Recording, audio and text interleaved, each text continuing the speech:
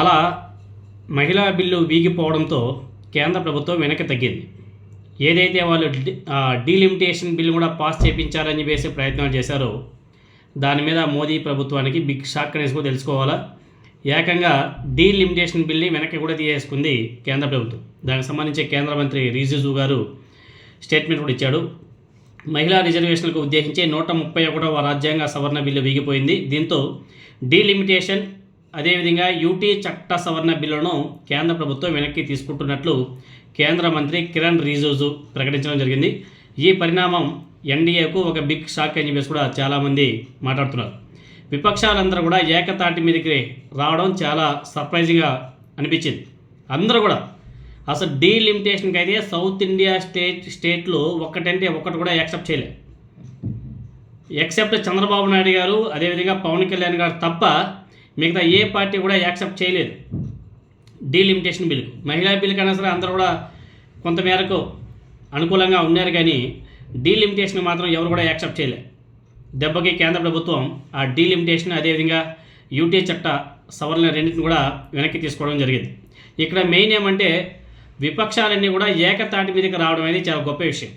రాహుల్ గాంధీ గారు ప్రసంగంలో ఒక మాట అన్నాడు, ఈ డీలిమిటేషన్ బిల్లుని పార్లమెంట్లో పాస్ చేయించను అని చెప్పేసి సవాల్ విసిరాడు.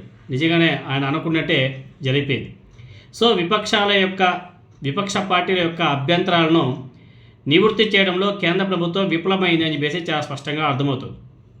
ఇప్పటి నుంచైనా సరే కేంద్ర ప్రభుత్వం ఏదైనా సరే ఒక బిల్లుని ప్రవేశపెట్టే ముందు ప్రతిపక్షాలతో ఒకసారి సంప్రదింపులు చేసుకొని వాళ్ళ యొక్క ఒపీనియన్స్ తీసుకొని తర్వాత పార్లమెంట్లో బిల్లు ప్రవేశపెడితే చాలా బాగుంటుంది.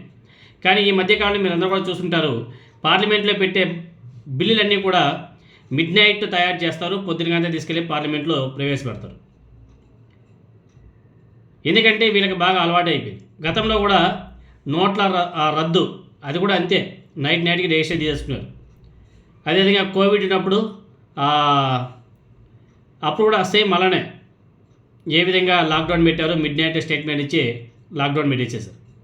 అలానే ఏ బిల్ అయినా సరే పార్లమెంట్లో పెట్టేటప్పుడు మిడ్ నైట్ తయారు చేస్తారు, పొద్దునకంతా తీసుకెళ్ళి పార్లమెంట్లో పెడతారు.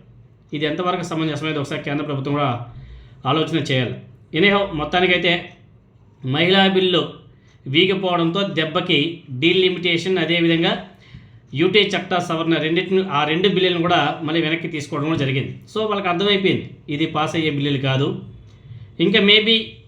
ఇంకా ఒకవేళ బలవంతంగా పెట్టి పాస్ చేయించుకోవాలంటే వాళ్ళు కొనాల, విపక్ష పార్టీలకు సంబంధించిన ఎంపీలందరూ కూడా కొనేయాలి. అంతమంది ఎమ్మెల్యేలు విపక్ష పార్టీలకు సంబంధించిన ఎంపీలందరూ కూడా కొనేసి తమ వైపు తిప్పుకోవాలి. అది ఎంతవరకు సాధ్యమవుతుంది అన్నది కూడా చూడాలి. ఎనీహౌ మొత్తానికైతే విపక్ష పార్టీలు అందరూ కూడా ఏకతాటి మీదకి వచ్చి డీలిమిటేషన్ మాత్రం ప్రతి ఒక్కరు కూడా వ్యతిరేకించారు. అది మంచిది కాదు, ఎందుకంటే అది సౌత్ ఇండియా స్టేట్లు చాలా నష్టపోతాయి. దానికి ప్రాపర్గా సమాధానం చెప్పలేదు, కానీ చెప్పకుండానే పార్లమెంట్లో బిల్లు ప్రవేశపెట్టేశారు. కానీ ఎనీహౌ మొత్తానికైతే అన్ని బిల్లులు కూడా వీగిపోవడం ఇవన్నీ కూడా ప్రజలకు మంచి పరిణామాలు.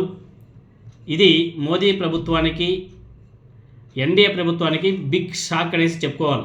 ముందు ఏదైనా సరే ఒక బిల్లుని పార్లమెంట్లో ప్రవేశపెట్టే ముందు దాని యొక్క పరిణామాలు ప్రతిపక్షాల యొక్క ఒపీనియన్స్ కూడా తీసుకొని తర్వాత పెడితే చాలా బాగుంటుంది. ముందు పరిస్థితి ఎలా ఉంటుంఅనేది కూడా చూడాలి.